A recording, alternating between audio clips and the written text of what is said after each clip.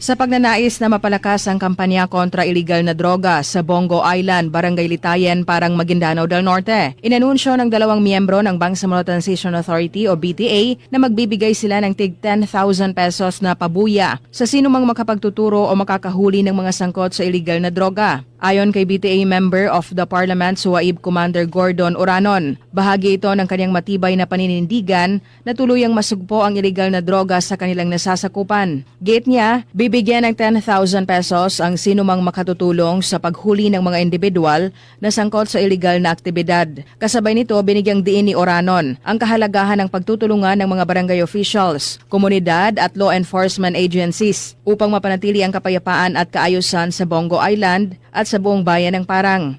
Kailangan ma-implementa din ng peace and order dito na mapayapa ang ating lugar. Si Mayor, sinabi niya sa kanina, magtulong siya sa development dito sa barangay natin, munisipyo natin, ay barangay ng Litay.